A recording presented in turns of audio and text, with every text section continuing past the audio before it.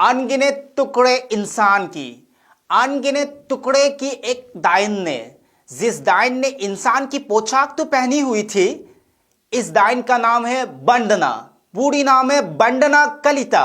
कौन है ये बंडना कलिता? आज हम एक ऐसी सनसनी केस के बारे में आपके साथ बात करेंगे जो कुछ ही महीने पहले आसाम पे ही नहीं पूरे भारत में सनसनी मचा दी थी। बात है वंदना कलिता की। वंदना शब्द सुनते ही आपके मन में श्रद्धा और भक्ति आ जाती है, लेकिन मैं आज जिस वंदना की बात कर रहा हूं उनके नाम सुनकर आपके मन में श्रद्धा और भक्ति नहीं आएगी, बल्कि आपको डर लगेंगे, आप ठोकेंगे। आप सभी देख रहे हैं पीआई न्यूज और स्टूडियो में मैं तुषान।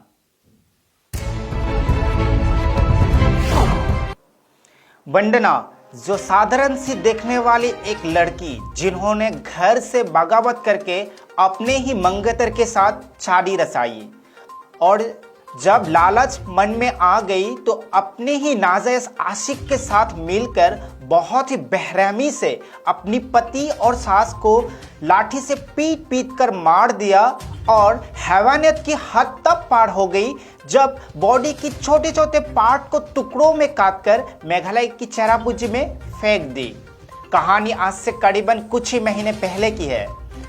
जब घटना सभी के सामने आई तब पूरी केस को पुलिस ने छानबीन की और वंदना और उनकी दो साथी को गिरफ्तार भी कर लिया था।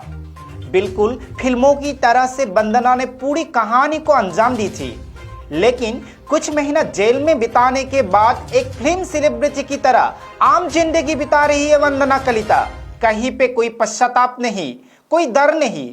देश की कानून ने जैसे ही जमानत पर इन तीनों को रिहा कर दिया तब सरेआम घूमती नजर आई दर्दनाक कातिल वंदना कलिता।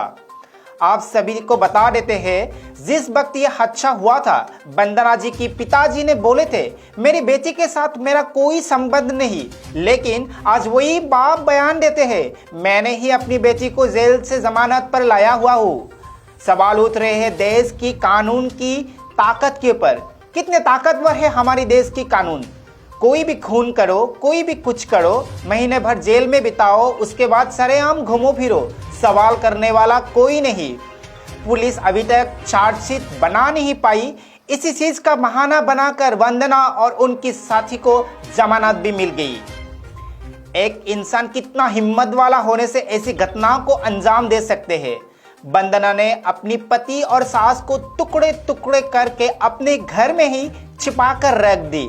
लोगों को कोई शक ना हो इसीलिए उन्होंने अपने घर में नारायण पूजा भी रखी और मौका मिलते ही बॉडी की पार्ट को छोटे छोटे टुकड़ों में काट कर पॉलिथीन की पैकेट में भराकर मेघालय की चेरापूंजी में जाकर घने जंगल में फेंक दी। ऐसी घटना का जिक्र होता था दिल्ली, मुंबई जैसे बड़े बड़े शहरों में, लेकिन आसाम की गुवाहाटी जैसे एक शहर में ऐसी घटना शायद ही आपने सुनी होगी या तो देखी होगी।